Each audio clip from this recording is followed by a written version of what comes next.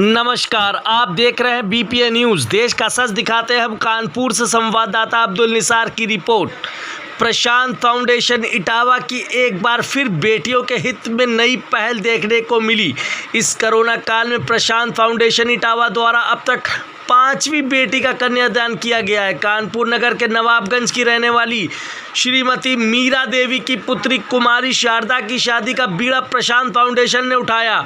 कुमारी शारदा की माता श्रीमती मीरा देवी के सर से पति का साया पहले ही उठ चुका था और बिना बाप की बेटी को इन भाई लोगों ने अपने कंधे पर बोझ न समझ के उसकी शादी का पूरा जिम्मा लिया। यहाँ बर्तन मांज कर जीवन यापन कर रही थी, तभी अचानक उनका पैर भी टूट गया, जिस कारण परिवार पर बड़ी मुसीबत का पहाड़ टूट पड़ा। और उधर बेटी शारदा भी बड़ी हो रही थी। बेटियों के प्रति हो रही घटनाओं को सुनकर मां की बेटियों की शादी के लिए बड़ी चिंता सता रही थी। उधर परिवार के भरण पोषण की भी फिक्र, इधर बिटिया की शादी की फिक्र, दोनों में मीरा देवी को बहुत ही परेशान होना पड़ा।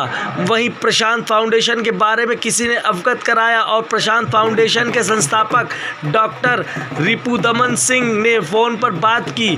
फिर उन्होंने कानपुर आने का वादा किया और प्रशांत फाउंडेशन के संस्थापक डॉक्टर रिपुदमन सिंह ने उस लाचार मां को हर संभव मदद भरोसा दिलाया और उस बेटी की शादी का बीड़ा उठाया। प्रशांत फाउंडेशन के द्वारा शादी में पूरी खाने पीने की व्यवस्था और दहेज में हर प्रकार के दैनिक उपयोगी वस्तुएं बेटी को उपहार स्वरूप प्रदान की। देखिए कानपुर से ये खास रिपोर्ट।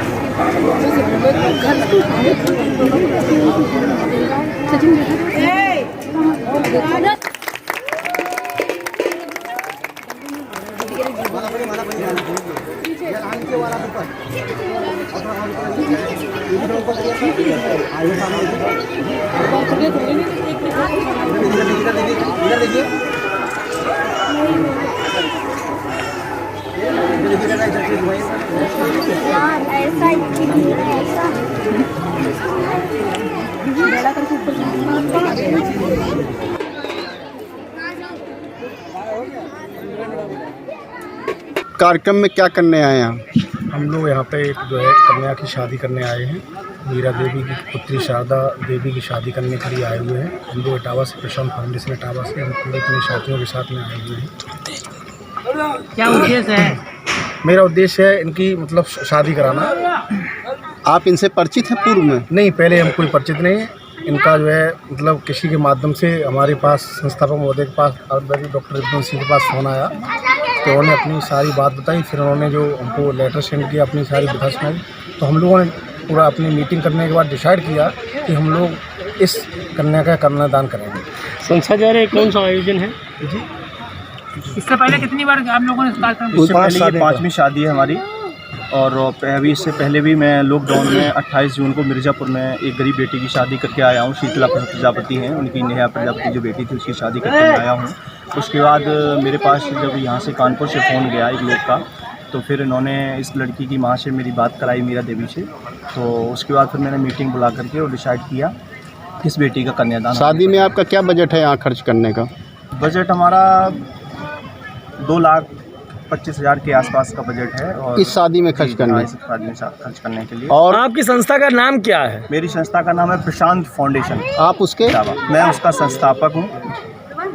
और इस तरह के कार्यक्रम क्या आप किया करते हैं सहयोग? मैं इस तरह के कार्यक्रम जो होते हैं गरीब कन्याओं की जो शादियाँ होती हैं उसमें मैं सहयोग करता हूँ। और ये हमारी इस लॉकडाउन में 5वीं शादी। नहीं, क्या कन्याओं की शादी में ही आपकी संस्था सहयोग करती है या अन्य कार्यों में भी? हमारी संस्था इस समय 300 अनाथ बच्चों को पढ़ा रही है और 90 गायों का भरण पोषण इस समय हमारी संस्था कर रही है, जो शोरा कासगंज में गौशाला हमने बना रखी है वहाँ पे।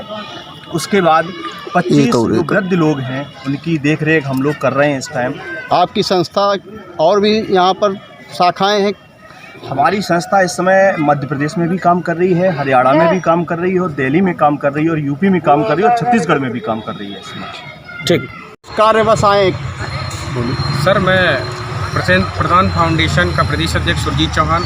आज हमारा उद्देश्य यहाँ आने का कानपुर में ये था कि एक गरीब कन्या का हमारे पास फ़ोन गया, तो हमारी टीम ने एक डिसीजन लिया।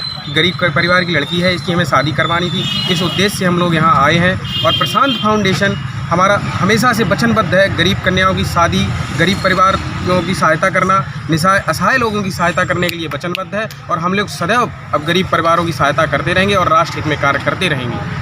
धन्यवाद। YouTube पर अभी हमारे चैनल BPA न्यूज़ को सब्सक्राइब करें और बेल आइकॉन को दबाएं ताकि आप कोई भी खबरों को मिस न करें व हमारे वीडियोस को लाइक करें।